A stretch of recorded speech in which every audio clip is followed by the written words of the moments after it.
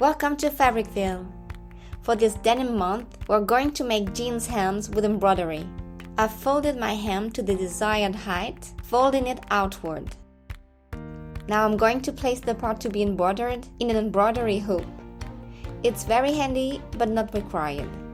Next, I draw flowers using an erasable pen.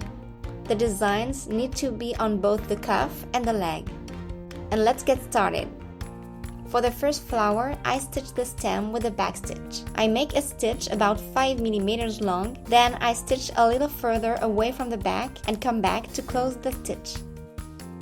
For the leaves, I make simple straight stitches in parallel lines that follow the shape. For the center of the flower, I make French knots. I wrap the thread around the needle before poking it through the fabric. I stitch the petals using the lazy daisy stitch, making a loop with the thread and securing it with a small stitch at the tip of the petal.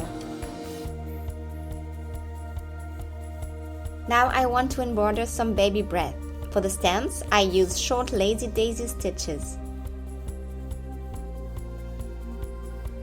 For the small flowers, I make straight stitches to create little V shapes. Then I add a few French knots.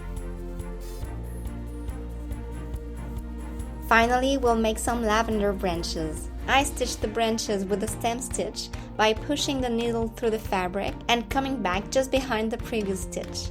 And to make the flowers, I create little V shapes.